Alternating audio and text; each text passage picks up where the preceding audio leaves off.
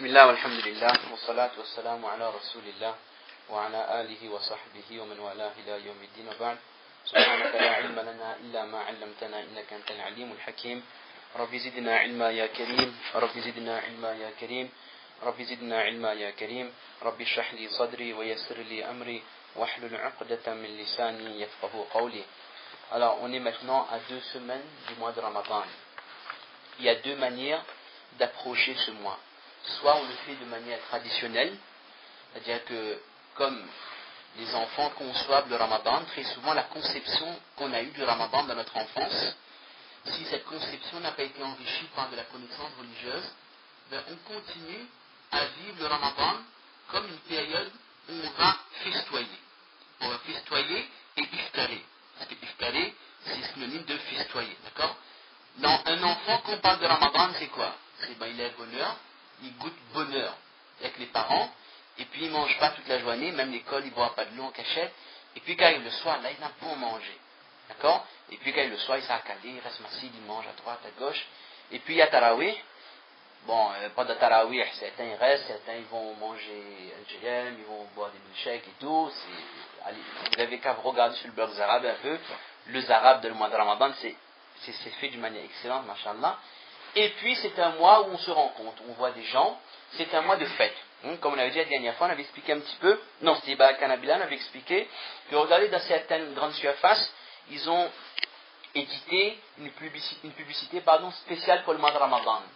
Ramadan 2008, et le paquet de pal, le par, comme on dit en français, par nem, les par carrés de samoussa, au lieu de 3,80 €, ça passe à 1,90 €. D'accord? C'est-à-dire, tout comme lorsque le mois de novembre ou octobre, je crois, lorsque c'est la fête, on appelle la fête chinoise, ben les pétards sont en promotion, ou alors lorsqu'arrive la période de Noël ou du jour de l'an, les dindes sont en promotion dans les grandes surfaces.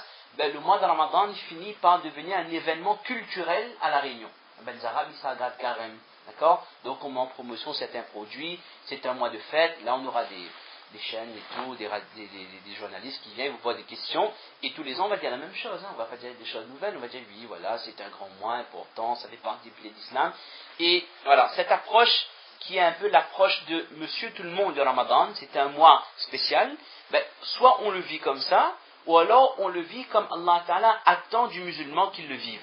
Lorsqu'on cite le ayat du jeûne, Ya ayyuhal ladina amanu, kutiba alaykumus siyam kama kutiba ala alladina min qablikum la'allakum tattaqun. L'objectif du jeûne, c'est atteindre la taqwa. L'objectif du jeûne, ce n'est pas avoir faim, ce n'est pas faire un régime. Allah n'a pas dit la'allakum tajou'un, afin que vous ayez faim, ou la'allakum tata'aboun, afin que vous soyez éprouvés ou fatigués. Allah Ta'ala n'a pas besoin de nous voir assoiffés, affamés et fatigués pour lui. Allah Ta'ala est tellement fort, son royaume est tellement immense. Allah Ta'ala a des anges qui, depuis la création des cieux et de la terre, voire même avant, ils sont en position du rukou'. D'autres anges sont en position du sijda. D'autres anges sont au 7e ciel et ils passent leur existence à faire le tasbih d'Allah. D'accord? C'est pour ça que lorsqu'Allah Ta'ala a créé l'être humain, les anges ne savaient pas taj'alu fiha may yufsidu fiha wa yasfiku ad-dima. Ils demandaient, oh Allah, en ce sens, vous allez créer une race de créatures qui vont semer la corruption sur la terre et qui vont faire couler le sang. Wa nahnu nusabbihu bihamdika wa nuqaddisu lak. Alors que nous, en ce sens bien sûr, nous faisons ton tasbih et nous faisons tes louanges au Allah. Les anges ne comprennent pas pourquoi Allah Ta'ala va créer cette créature qui va lui désobéir, Allah Ta'ala, il savait qu'est-ce qu'il attendait de nous. Allah Ta'ala, il sait exactement qu'est-ce qu'il attend de nous. L'objectif, comme on a dit, c'est que ces anges, ils sont là pour le ibadat d'Allah. C'est-à-dire, nos ibadat, nos actes d'adoration, notre faim, notre soif, notre fatigue, etc., ça ne représente rien, même pas 1 milliardième de % par rapport au ibadat des anges. C'est-à-dire, Allah n'a pas besoin de ça. C'est pas parce qu'on va jeûner que la puissance d'Allah va augmenter.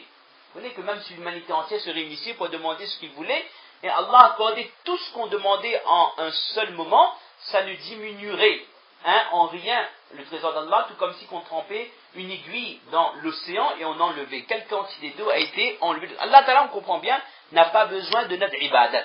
Mais Allah subhanahu wa ta'ala attend de nous dans chaque Ramadan qui passe dans notre vie, que nous avancions. La'allakum tattaqun, atteindre la taqwa. Et la taqwa, les ulama expliquent, il y a beaucoup de définitions de la taqwa, an taj'ala baynaka wa bayna Allahi hijab.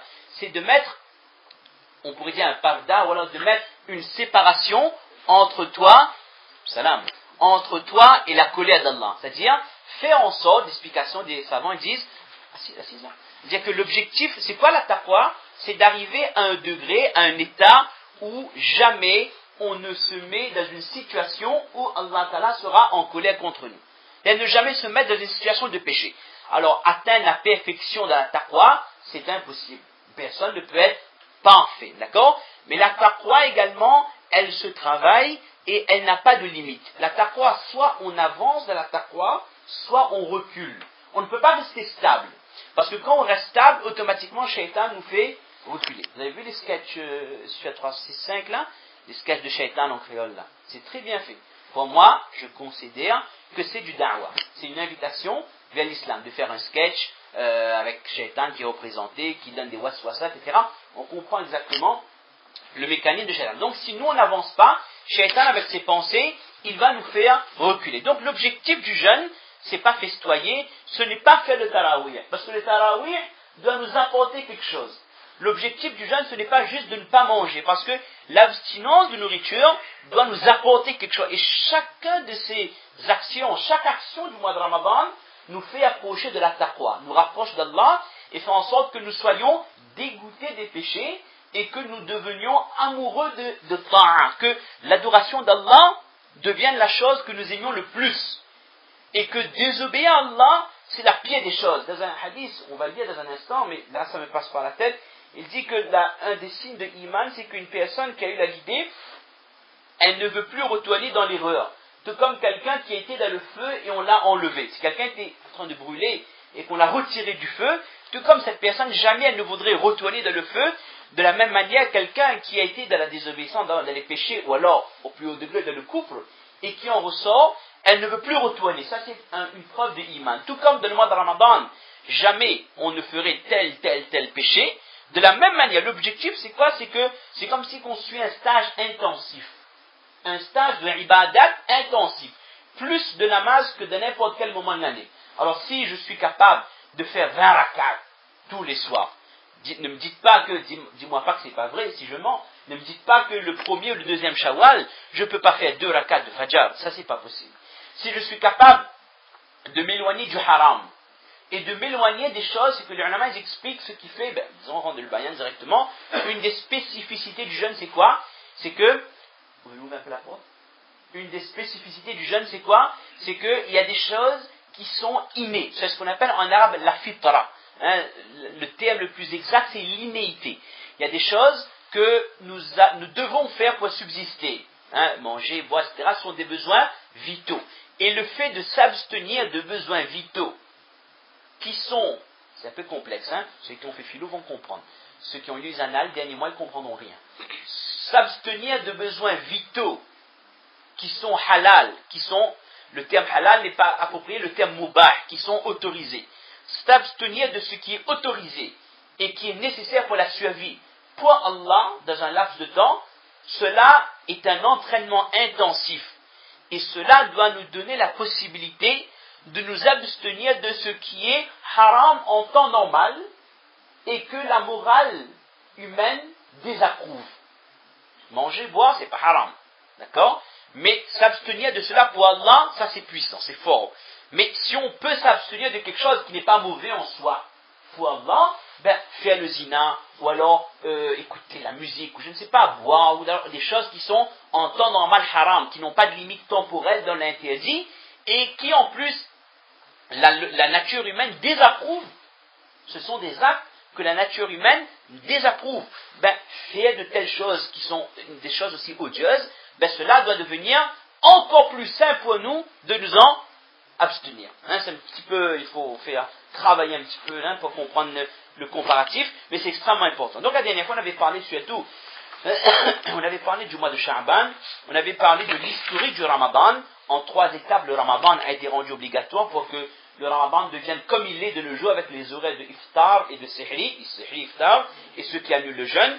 On avait expliqué également que le prophète avait annoncé une fois aux Sahaba la bonne nouvelle de la venue du mois de Ramadan, alors que tout le monde sait bien que le Ramadan approche quand on rentre à la dernière quinzaine de Sha'ban. On sait que la lune va être visible dans 10 jours, 12 jours. Le Ramadan approche, il n'y a pas besoin de dire que le Ramadan arrive. Mais le prophète avait annoncé aux Sahaba, on avait expliqué, c'était une préparation psychologique, targhib, les mettre dans le bain en Dieu. Mais comprenez que ce mois qui arrive est un mois exceptionnel. Et le prophète expliquer aux Sahaba qu'est-ce qui se passe de ce mois. On va regarder les hadiths, parce qu'il y avait peu de gens la dernière fois. Le prophète avait dit aux Sahaba que le mois de Ramadan est arrivé. C'est un mois béni. Dans ce mois, Allah vous a prescrit le jeûne. Dans ce mois, le prophète m'explique qu'est-ce qu'il y a de ce mois, afin que les esprits soient éveillés. On soit conscient que ce mois est vraiment important, qu'on ne laisse pas passer comme un mois ordinaire. Dans ce mois, les portes du paradis sont ouvertes. Dans ce mois, les portes de l'enfer sont fermées. Dans ce mois, les shaitans sont emprisonnés, enchaînés. Et dans ce mois, il y a une nuit qui vaut mieux que 1000 mois. Et dans ce mois, dans le hadith de Imam Ahmad, dans ce mois, Allah Ta'ala vous comble de ses bienfaits, de sa rahmat. C'est-à-dire que vous êtes couverts par la rahmat d'Allah Subhanahu wa Ta'ala. Et dans ce mois, Allah pardonne les péchés. Et dans ce mois, Allah Subhanahu wa Ta'ala exauce les doigts. Pourquoi le prophète sallam explique tout ça aux Sahaba? Est-ce que les Sahaba ne connaissent pas ces vertus? Les Sahaba, ils connaissent. Ils savent déjà qu'est-ce qu'il y a de ce mois. Mais ça, c'est targhib. Ça, c'est zikra, un rappel. Le prophète rappelle, malgré la puissance du iman des Sahaba, le prophète rappelle aux Sahaba que n'oubliez pas, ce mois est spécifique, il y a telle chose. Alors si eux, ils avaient besoin du rappel, nous avons grandement besoin de nous souvenir, de nous rappeler qu'est-ce qu'il y a de ce mois et comment ce mois est capital pour notre iman. On a tellement besoin de ce mois pour être pardonné, pour être couvert du rahma, pour se faire délivrer du feu de l'enfer, pour avoir accès au paradis et pour toutes les autres choses qu'on a citées, que le fait de citer ça doit nous préparer psychologiquement à accueillir le Ramadan. Et les autres hadiths, pour ça m'expliquer aux Sahaba que فَأَدُّوا فِيهِ أَنفُسِكُمْ خَيْرًا, dépassez-vous dans les bonnes actions. L'objectif, c'est pas juste de comprendre qu'est-ce qu'il y a comme vertu, mais de se dépasser, de se fixer des objectifs. Dans ce mois, je vais faire tant de khatm al-Qur'an. Dans ce mois, je vais faire tahajjud tous les jours. Dans ce mois, je vais demander autant de fois dua. Dans ce mois, je vais faire vraiment le maximum pour m'abstenir, pour m'éloigner de telle chose. Et le prophète mettait en garde également les Sahaba.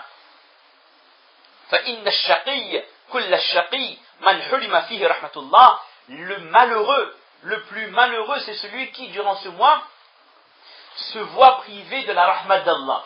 Le plus malheureux, c'est qui? C'est celui qui, dans ce mois, Allah Ta'ala, sa rahmat descend en quantité et elle n'a pas pu obtenir ce rahmat. Pourquoi? Parce qu'elle n'a pas eu ce déclic. Elle n'a pas fait ce minimum d'effort pour obtenir le contentement d'Allah. Elle n'a pas su lever ses mains pour demander à Allah Ta'ala pardon. Le prophète a même maudit cette personne. Vous connaissez le hadith, le prophète qui est monté sur le minbar, a dit Amin 3 fois. Et une de ces 3 fois, c'était pour la personne qui laisse ce mois passer et qui n'obtient pas le pardon d'Allah subhanahu wa ta'ala. On avait dit également que même dans les cieux, il y a des choses qui se passent. Avant la venue du Ramadan, il y a des choses qui se passent dans les cieux. Le paradis s'embellit lorsque le Ramadan approche. Et puis il y a des choses que, bon, on va, parenthèse, les jours aussi, il y a des choses qui se passent, demander doigt à Allah pour avoir certaines choses. Dans le mois de Ramadan, il y a dans les cieux, dans le Jannat, beaucoup de choses qui se mettent en place. C'est pour vous montrer comment ce mois est extrêmement important. Alors aujourd'hui, Inch'Allah, on va essayer de voir quelles sont les hikmat, mis à part les vertus qu'on connaît. On n'a peut-être même pas besoin de rappeler les vertus, les thawab, les récompenses du mois de Ramadan. Je crois que Jumma aussi, le imam a expliqué un peu. Les ulama, rahimahullah, principalement Imam Qurtubi, a expliqué, il a essayé de voir 3 ou 4 points, quelques avantages qu'il y a dans le mois de Ramadan, en dehors des thawab. En dehors des récompenses qu'on connaît tous, quels sont les aspects un peu sociaux ou un peu les philosophies un peu qu'on peut tirer dans ce mois d'abstinence. Imam Qurtubi, rahimahullah, il explique dans son livre de Bidayat al-Mujtahid, dit que lorsque le jeûneur éprouve donc la faim, c'est-à-dire que dans ce moment de la journée, on voit l'égalité parfaite qu'il y a de la religion. C'est-à-dire, face aux ibadat, nous sommes tous égaux. Tout comme dans la salat. Dans